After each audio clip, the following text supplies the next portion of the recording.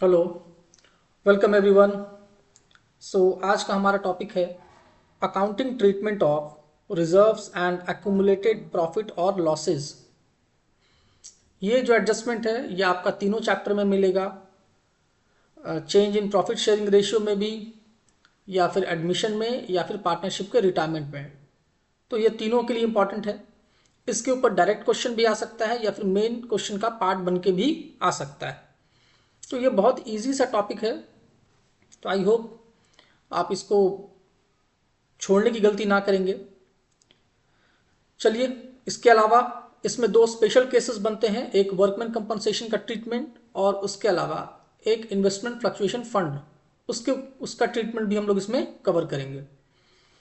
तो चलिए शुरू से देखते हैं। इसमें सबसे पहले क्या बोलता है ये, if the firm is having reserve और and accumulated profit in the balance sheet. अभी सिर्फ प्रॉफिट की बात कर रहे हैं, या तो आपके पास कोई रिजर्व हो। अब रिजर्व की जब मैं यहाँ पे बात करूंगा तो आप समझना फ्री रिजर्व, कोई स्टैट्यूटरी रिजर्व नहीं, या कोई रिजर्व ऐसा जो कमिटेड है किसी पर्पस के लिए, उस रिजर्व की बात नहीं हो रही है। हम लोग यहाँ बात कर रहे हैं फ्री रिजर्व की, जैसे जनरल रिजर्व हो गया, ऐसा रिजर्व, या फिर बैलेंस शीट में कोई एक्यूमुलेटेड प्रॉफिट है उसके बारे में। At the time of change in profit sharing ratio, admission, retirement और death, then there can be two accounting treatment. अच्छा, सेम चीज रिजर्व के लिए भी है और एक्यूमुलेटेड प्रॉफिट एंड लॉस दोनों के लिए। तो आप ये मत समझना सिर्फ रिजर्व या प्रॉफिट का ही बंटवारा होगा, लॉस के केस में भी सेम रूल एप्लीकेबल है। तो ट्रीटमेंट इसका दो तरीके से करते हैं, दो अकाउंटिंग ट्रीटमेंट है। पहला, अगर पार्टनर्स चाहते हैं कि उनका जो रिजर्व है are not to be shown in future in the new balance sheet. अगर आप चाहते हो कि जो रिजर्व है वो नए बैलेंस शीट में नहीं दिखना चाहिए, तो उस केस में कैसे करोगे। दूसरा, अगर पार्टनर्स चाहते हैं कि नहीं, जो रिजर्व हमारे बैलेंस शीट में अभी दिख रहा है फ्यूचर में भी वही दिखे नए बैलेंस शीट में भी, तो क्या करोगे। तो मोस्टली जो आप क्वेश्चन अभी तक बनाए हो वो पहले केस के ऊपर ही बनाए हो, जहां पे आप सीधा रिजर्व को लेकर डिस्ट्रीब्यूट कर देते हो। दूसरा वाला केस पर क्वेश्चन कम देखने को मिलता है, पर आता है क्वेश्चन इसके ऊपर भी। तो चलो हम लोग दोनों के ऊपर बात करेंगे, दोनों का एंट्री भी देखेंगे।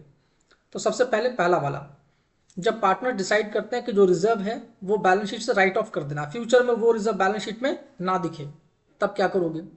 इसका बहुत सिंपल सा एडजस्टमेंट है, मैंने यहाँ नोट भी कर दिया। देखो, the accumulated profit and reserve appearing in the balance sheet on the date of change in profit sharing ratio had been entered before the reconstitution of the firm by the partner in their old ratio। देखो, कहने का मतलब यहाँ पे जब भी मैं change in profit sharing ratio बोलूंगा तो आप यहाँ पे एडमिशन, रिटायरमेंट भी समझ लेना, तीनों केस में। यहाँ पे ये कह रहा है कि जो रिजर्व आपके बैलेंस शीट में दिख रहा है eight the time of change in profit sharing ratio या एडमिशन या रिटायरमेंट, वो एक्यूमुलेट हुआ है रिजर्व किसकी वजह से, तो ओल्ड पार्टनर के वजह से, अपने ओल्ड रेशियो में। उन्होंने अपने ओल्ड रेशियो में जो प्रॉफिट कमाया था उसी में से थोड़ा थोड़ा पैसा काट के आपने वो रिजर्व क्रिएट किया है। इनडायरेक्टली ये कहना चाहता है वो जो एक्यूमुलेटेड प्रॉफिट है या रिजर्व है उस पर राइट किसका है, ओल्ड पार्टनर का है। किस रेशियो में है, ओल्ड रेशियो में।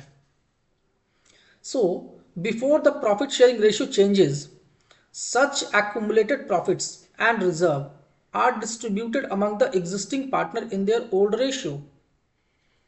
तो अगर कोई चेंजेस होता है, जैसे प्रॉफिट का रेशियो बदल जाता है, या कोई एडमिशन होता है तो भी रेशियो बदल जाएगा, रिटायरमेंट होगा तो भी रेशियो बदल जाएगा। तो ये चेंजेस होने से पहले जो वो एक्यूमुलेटेड प्रॉफिट है या लॉस है वो किस रेशियो में बढ़ जाना चाहिए, ओल्ड रेशियो में बढ़ जाना चाहिए। किसके बीच में, एग्जिस्टिंग पार्टनर्स के बीच में। ठीक है, and will not be shown in the balance sheet, और वो रिजर्व खत्म हो जाएगा, बैलेंस शीट में जाएगा ही नहीं। They are transfer to partners capital account. अगर फिक्स कैपिटल मेथड मेंटेन कर रहे हो तो करेंट अकाउंट, और फ्लक्चुएटिंग कैपिटल मेंटेन कर रहे हो तो capital account, as the case may be. In their old profit sharing ratio, किस रेशियो में जाएगा, उनके ओल्ड प्रॉफिट शेयरिंग रेशियो में जाएगा। यहां पर सैक्रिफाइसिंग नहीं होगा, ओल्ड रेशियो होगा। चलिए, इसके लिए एंट्री क्या पास करेंगे, ये एंट्री आपको याद रखना है। अगर रिजर्व का डिस्ट्रीब्यूशन करना तो याद रखना, एक्यूमुलेटेड प्रॉफिट या रिजर्व, इसका नेचर क्या होता है, तो ये बिजनेस के लिए क्या होता है, लाइबिलिटी होता है। जिनको नहीं पता उसके लिए, ये बिजनेस के लिए क्या होता है, लाइबिलिटी होता है। तो इसको जब खत्म करते हैं हम लोग, तो एज पर रूल लाइबिलिटी जब डिक्रीज करता है तो क्या होता है, वो डेबिट। इसलिए जनरल रिजर्व या रिजर्व फंड या पीएल अकाउंट का क्रेडिट बैलेंस डेबिट होगा, और ट्रांसफर कहाँ होगा, कैपिटल अकाउंट में या करंट अकाउंट में। तो उनका करंट अकाउंट या कैपिटल अकाउंट इंक्रीज कर जाएगा, ये भी एक लाइबिलिटी है। Liability increases then debited to old partners capital account और करंट अकाउंट। बस ये सिंपल सा एंट्री याद रखना है। अब अगर लॉसेज हुआ, एक्यूमुलेटेड लॉसेज हुआ, तब क्या करोगे। तो देखो लॉसेज के कई नाम होते हैं, आपको मैंने कुछ कॉमन नाम यहाँ पे ले लिया है ताकि आपको ध्यान रहे। या तो आपको बोल देगा accumulated losses like debit balance of PL account, PL account नहीं, debit balance of PL account. ध्यान रखना कि पीएल अकाउंट का डेबिट बैलेंस मेंशन होगा हमेशा। सिर्फ पीएल अकाउंट का बोलेगा बैलेंस तो समझना कि प्रॉफिट ही है। या फिर एडवर्टीजमेंट सस्पेंस अकाउंट, ये एक डिफर्ड रेवेन्यू एक्सपेंडिचर का पार्ट होता है, एडवर्टीजमेंट सस्पेंस अकाउंट के नाम से देगा। या preliminary expenses not return of, वो भी कह सकता है। या फिर डिफर्ड रेवेन्यू एक्सपेंडिचर के नाम से दे देगा। तो ऐसे कुछ हेड आपको यूज करते हैं। ऐसे क्वेश्चन आए हैं एग्जाम में। It should be debited to old partners capital account in their old profit sharing ratio. जब प्रॉफिट होगा तो ओल्ड पार्टनर का होगा, तो लॉस होगा तो वो किसका होगा, वो भी ओल्ड पार्टनर का होगा। प्रॉफिट ओल्ड पार्टनर कैपिटल को इंक्रीज करता है, इसलिए कैपिटल अकाउंट क्रेडिट होगा। But in case of loss partners का कैपिटल अकाउंट डिक्रीज करेगा, तो उनका कैपिटल अकाउंट क्या होगा, डेबिट होगा। तो इसका एंट्री क्या पड़ेगा, old partners capital account debit to profit loss account debit to advertisement suspense, अगर वो हुआ तो टू डेफर्ड रेवेन्यू एक्सपेंडिचर ये हुआ तो इन सबको क्रेडिट करोगे। अब ये जो तीनों हैं, इन तीनों को कहते हैं फिक्टिशियस एसेट्स। ठीक है, इनको क्या कहते हैं, फिक्टिशियस एसेट, झूठ मूठ का एसेट। ये कोई एसेट है नहीं, इसको एसेट्स का ट्रीटमेंट देते हैं। तो जब एसेट्स को खत्म करते हो, राइट ऑफ करते हो, तो क्या होता है, ये क्रेडिट होता है एज पर रूल। इसलिए हम लोगों ने क्या किया, इसको क्रेडिट किया। नेक्स्ट आगे देखो, इसके अलावा कुछ स्पेसिफिक रिजर्व भी होते हैं, उसके डिस्ट्रीब्यूशन के लिए क्या रूल है। तो यहां पे मैंने नोट कर दिया, आप देख लो। The firm may have created some specific reserve like workman compensation reserve और इन्वेस्टमेंट फ्लक्चुएशन रिजर्व। इन दोनों को हम लोग अलग से पढ़ेंगे, वर्कमैन कंपनसेशन रिजर्व को और इन्वेस्टमेंट फ्लक्चुएशन रिजर्व को अलग से करेंगे। To meet certain future obligation, पर यहां पे करते क्या है, एक लाइन में आप ट्रीटमेंट याद रखना। Such reserve may be in excess of actual obligation will be transfer to capital account of old partner in old ratio. एक बेसिक रूल याद कर लो, अगर ये रिजर्व लाइबिलिटी से ज्यादा है, जैसे वर्कमैन कंपनसेशन का जो लाइबिलिटी है, मान लो 1 लाख अराइज हुआ और रिजर्व आपके पास 1.5 लाख है, तो जो 50,000 ज्यादा है उसको क्या करोगे आप, ओल्ड पार्टनर्स कैपिटल अकाउंट में ट्रांसफर करोगे इन देयर ओल्ड रेशियो। और इसका एंट्री या बाकी ट्रीटमेंट अलग अलग केसेस में, ज्यादा होगा तब क्या होगा, कम होगा तब क्या, वो सब हम लोग डिस्कस करेंगे इसके बाद नेक्स्ट पार्ट में। एक नोट मैंने यहां पे लिखा आपके लिए, कई बार बच्चे कंफ्यूज करते हैं, देख लो क्या है ये। Entries for transferring the reserve and accumulated profit or loss must be passed even if the question is silent on this point। अगर क्वेश्चन ना भी बोले तो भी रिजर्व या accumulated profit को आप पास कर लेना। मतलब ये मेथड, क्वेश्चन साइलेंट होता है तो भी आपको यही मेथड फॉलो करना, पहला वाला, मतलब रिजर्व को राइट ऑफ कर देना है। बट कुछ रिजर्व है जिनको आप टच नहीं करोगे, जैसे इसको कहते हैं स्टैट्यूटरी रिजर्व। क्या कहते हैं इसको, स्टैट्यूट, जो किसी स्टैट्यूट के अगेंस्ट बनता है। जैसे एम्प्लॉयज प्रोविडेंट फंड, ईपीएफ होता है एम्प्लॉय के लिए, प्रोविडेंट फंड एक एक्ट है, उसके तहत एम्प्लॉयज का ईपीएफ एम्प्लॉयज प्रोविडेंट फंड काटा जाता है। तो अगर उसका कोई रिजर्व है, ये आप ट्रांसफर नहीं करोगे। या फिर एम्प्लॉयज सेविंग अकाउंट ईएसआई, ये भी एक एक्ट है, ईएसआई एक्ट, उसके तहत हर एम्प्लॉय का एक सेविंग अकाउंट, एक इंश्योरेंस वगैरह किया जाता है। तो इसका अगर कोई रिजर्व है, इसको भी आप टच नहीं करोगे, इसको भी छोड़ दोगे। Appearing on the liability side of the balance sheet are not distributed among old partners as they are not reserved but are the outside liability payable by the firm। ये कोई रिजर्व नहीं है, ये एक लाइबिलिटी है, actual liability जो firm पे करेगी, क्योंकि ये जो फंड है, ये फंड आपका नहीं है, आपके एम्प्लॉयज का है। तो आपकी लाइबिलिटी है कि आप उसको फ्यूचर में पे करो। ठीक है, तो इसके बाद हमारा जो नेक्स्ट पार्ट होगा वो सेकंड मेथड जो मैंने आपको कहा था कि इससे क्वेश्चंस आते हैं और वो ज़्यादा इंपॉर्टेंट है। फिर हम लोग इसके ऊपर एग्जाम्पल भी देखेंगे आपको। चलो सेकंड पार्ट क्या है। अभी तक हम लोगों ने बात किया कि अगर आप रिजर्व को बैलेंस शीट में नहीं रखना चाहते फ्यूचर में, तब क्या करोगे। अब अगर पार्टनर डिसाइड करते हैं कि नहीं, जो रिजर्व हमारे बैलेंस शीट में अभी है वही बैलेंस शीट में आगे भी कैरी ऑन हो, हम लोग बैलेंस शीट का सूरत नहीं बदलना चाहते, जैसा है वैसे ही रहे, तब क्या करेंगे।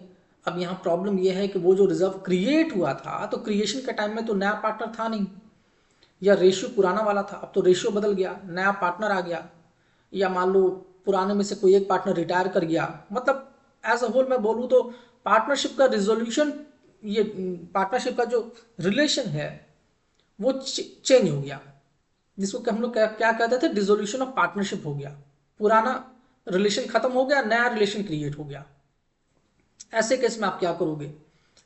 रिजर्व को क्या कैरी ऑन करना ठीक रहेगा, क्योंकि पिछला वाला रिजर्व में कंट्रीब्यूशन पुराने पार्टनर ने किया था। अगर वो रिजर्व बैलेंस शीट में रह जाता है तो अब उस पर राइट सारे का हो जाएगा, नए पार्टनर का भी राइट हो जाएगा। तो इसको कैसे ट्रीटमेंट करेंगे। तो यहां पे देखो क्या तरीका है। At times the partners may decide that the reserve should continue to appear at the same amount in the balance sheet even after reconstitution of firm। ठीक है, और फॉर्म को रिकॉन्स्टिट्यूशन तीनों वजह से कर सकते हैं। मैंने आपको स्टार्टिंग में ही कहा था, ये एडमिशन की वजह से हो सकता है, रिटायरमेंट की वजह से भी हो सकता है, और change in profit sharing ratio के वजह से भी हो सकता है। तो यहां पे बोला गया इन सच सिचुएशन जो गेन या सैक्रिफाइस होगा पार्टनर्स द्वारा, वो पहले कैलकुलेट करोगे आप, क्योंकि नए पार्टनर के आने से या रेशियो बदलने से कोई ना कोई तो गेन में आएगा, कोई ना कोई सैक्रिफाइस भी करेगा, पहले वो कैलकुलेट कर लेना। एंड एडजस्टिंग एंट्रीज पास्ट, मतलब जिसने गेन किया वो कंपनसेट करेगा। यहां पे गलती करते हो तुम लोग। अब तुम लोग देखोगे अच्छा वो पार्टनर गेन किया तो उसी को रिजर्व दे, तो नहीं नहीं, वो गेन किया मतलब फ्यूचर में वो ज्यादा प्रॉफिट कमाएगा। तो अभी टिल डेट तक जो भी प्रॉफिट है उसमें भी ज्यादा हिस्सा लेगा वो। तो जितना ज्यादा हिस्सा लेगा फ्यूचर में, तो फ्यूचर के प्रॉफिट में लेगा ना। बट पास्ट का जो एक्यूमुलेटेड प्रॉफिट है वो एक्यूमुलेट हुआ है आपके वजह से नहीं, उनके वजह से हुआ है। तो जो एक्यूमुलेटेड प्रॉफिट में जो ज्यादा आपको मिल रहा है वो आप पे कर दो, उसको पे कर दो जिसने सैक्रिफाइस किया। ये अभी क्वेश्चन में देखेंगे तो ज्यादा क्लियर होगा आपको। तो it is necessary to adjust capital account of partners because of the partners are entitled to share such reserve and profit in the old profit sharing ratio. However, in future they will entitled to share such reserve and profit in new profit sharing ratio। Ratio बदल जाने के वजह से, किसी भी वजह से, पहले किसी और रेशियो में उन लोग को मिलता था, अब कोई और रेशियो हो गया। तो the gaining partner must compensate the sacrificing partner. जो पार्टनर गेन कर रहे हैं वो कंपनसेशन, उस जितना वो गेन कर रहे हैं उतना अमाउंट सैक्रिफाइसिंग पार्टनर को पे करेंगे for the share of reserve and profit which is proportionate to the shares gained. जितना गेन करेंगे उतना उनको पे करना पड़ेगा। कैसे पे करेंगे अभी देखते हैं एक एग्जांपल के थ्रू। यहां देखो एक इलस्ट्रेशन से मैंने समझाया इसे, इसमें दोनों केस मैंने कवर कर दिया है। ए एंड बी दो पार्टनर है in a firm sharing profit in the ratio of 4:3। On March 31st, 2023, their balance sheet showed a general reserve 35,000 का। ठीक है, on that date they decided to admit Sevak, a new partner and in a new profit sharing ratio 5:3:2। Old ratio ये था, new ratio ये है, ratio बदलने वाला case है, आपके बुक का एग्जाम्पल है। Record necessary journal entries in the books of the firm under the following circumstances. अब इसके लिए क्या एंट्री पास करेंगे वो देखते हैं। पहला case, when they want to transfer the general reserve in the capital account. ये तो बहुत इजी है, अगर कैपिटल अकाउंट में ट्रांसफर करना चाहते हैं तो क्या करेंगे। तो ठीक है, सबसे पहले तो आप एक काम करो, ये निकाल लो, इसका वर्किंग पहले देख लेते हैं। यहां पे